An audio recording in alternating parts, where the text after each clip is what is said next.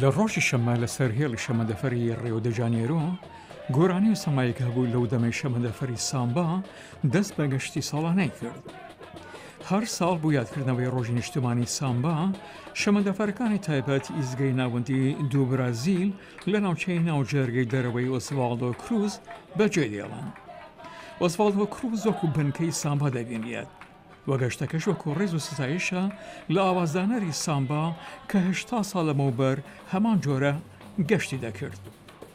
چوار شەمەندەفەر هەر یەک 8 فەرگوێنی پێوە بەستراوە سەدان کەسانی دەبرد بە گورانی چڕین و سەماکردن بەسەر کێشی ئەندامانی کۆنی خوێنگای سامبا.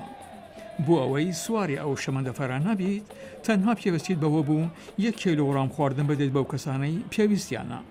نزیکەی 120,000 کەس لە دەرەوە ڕایان دەبوارد و چیژیان لە مۆزیک و سەما دەگرت کە لەسەر چوار شانودا لە درەژایی ڕێگەکەدا لەسەر شەمەندەفەرەکاندا بەڕێوە دەچوون.